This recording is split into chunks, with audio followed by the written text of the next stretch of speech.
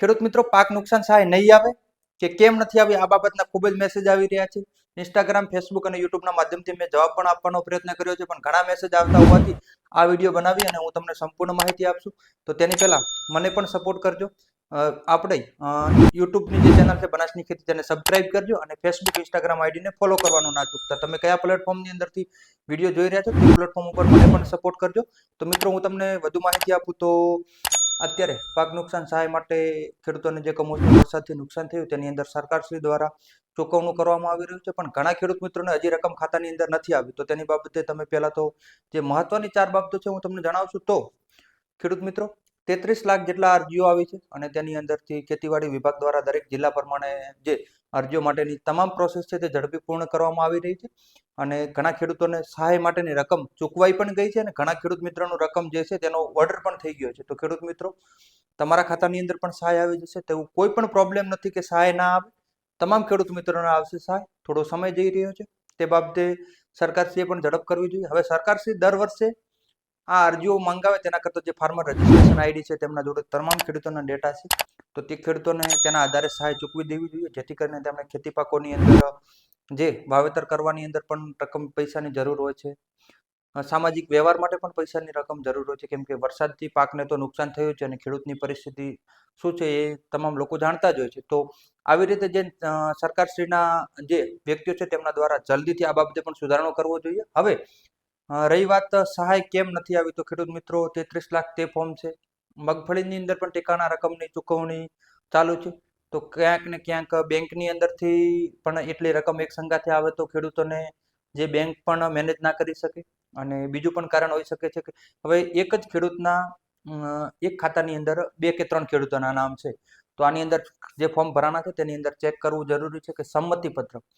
સંમતિ પત્રક ચેક કરે છે, અધિકારીઓ દ્વારા ચેક કરવામાં આવી રહ્યું છે, રીચેકિંગ પણ થઈ રહ્યું છે. તો આ બાબતે ધારો કે એક ખાતાની અંદર 3 ખેડૂતો છે, હવે 3 ખેડૂતોએ અરજીના ફોર્મ ભરી દીધા છે અને સરકારશ્રી દ્વારા ચેક કર્યા વગર જો ચૂકવણું થઈ ગયું છે તો પેલા ખેડૂતે લાભ લઈ લીધો, તો એના બાબતે સંમતિ પત્રક એ લોકો ચેક કરી રહ્યા છે, જેની અંદર પણ સમય થઈ ગયો છે અને બીજા પણ તમામ જરૂરી ડોક્યુમેન્ટો ચેક કરવામાં પણ સમય થઈ ગયો છે.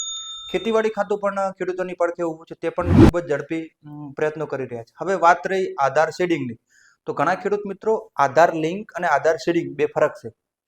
આધાર લિંક એટલે તમારા 2 ખાતા કે 4 ખાતા જે બેંકની અંદર છે, તો ચારેય બેંકોની અંદર જે તમે આધાર લિંક કરાવો છો તેને આધાર લિંક કહેવાય. અને આધાર શેડિંગ તો તમારું જે આધાર કાર્ડ એક જ છે, તે આધાર કાર્ડની અંદર તમારી બેંક એડ કરાવો છો તો તેને આધાર શેડિંગ કહેવાય.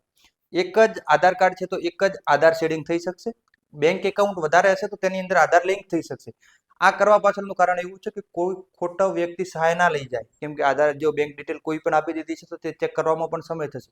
તો તમારો આધાર કાર્ડ નંબર નાખશે એટલે તમારું જે એકાઉન્ટ આવશે તે એકાઉન્ટની અંદર જે તમારી સહાયની રકમ આવી જશે. આ બાબતે આપણે ખેડૂતો માટે પહેલા પણ વિડીયો બનાવેલા છે, તમે તે પણ જોઈ શકશો. આધાર શેડિંગ શું છે, આધાર શેડિંગ કઈ રીતે કરવું, કઈ બેંક એકાઉન્ટ છે તે પણ ચેક કરી શકો છો.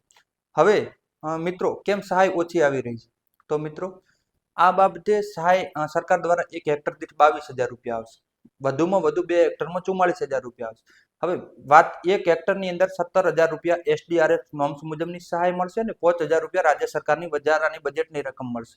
હવે 2 હપ્તાની અંદર સહાય આવી રહી છે, કેમ કે બંનેનું બજેટ અલગ અલગ છે. તો મિત્રો આની અંદર એક હપ્તો પહેલા આવી ગયો હોય, એક હપ્તો પાછળથી આવશે, કેમ કે બંનેની અંદર ચૂકવણું પણ કરવામાં જલ્દીથી આવી જશે. તો 1 કે 2 દિવસની અંદર આવતું હોય છે, પણ અમુક કિસ્સાની અંદર સમય થઈ રહ્યો છે. તો મિત્રો હવે ઘણા મિત્રોનો મેસેજ આવે છે કે મારે 2 હેક્ટર જમીન છે અને SDRF જે રાજ્ય સરકાર વાળો હપ્તો છે તે ઓછો આવે છે. તો મિત્રો તેનું કારણ તમે તમારા ગામ સેવક અથવા તો તલાટી મંત્રીશ્રીનો પણ તમે સંપર્ક કરી શકો છો, કેમ કે આવું બહુ ઓછું જ થતું હોય છે. પણ ઘણા ખેડૂત મિત્રોના પણ મેસેજ છે, તો આ બાબતે તમને ક્યાંય પણ જરૂરિયાત લાગે તો તમે મને કોમેન્ટ કરજો, મેસેજ કરજો, તો પણ હું તમને જવાબ આપીશ. અને વધારે જો મને મોટો પ્રશ્ન લાગતો છે ત્યાં હું મારો તમને કોન્ટેક્ટ નંબર આપીશ અને તમારાથી રૂબરૂ વાત કરીશ. અને આવા ઘણા ખેડૂતોથી મેં વાત પણ કરી છે.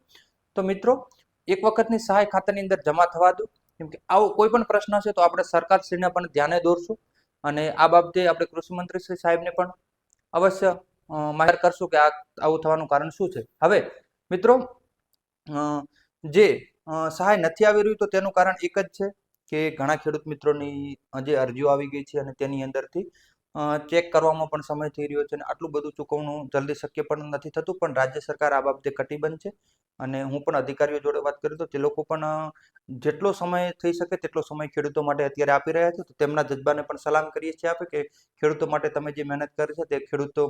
તો આ વિડીયો વધુમાં વધુ લોકો સુધી શેર કરો અને તમારો જે પ્રશ્ન છે તે કોમેન્ટની અંદર અવશ્ય જણાવજો. તો આપણે આ બાબતે પણ વિડીયો બનાવવાનો પ્રયત્ન કરશું. આભાર મિત્રો.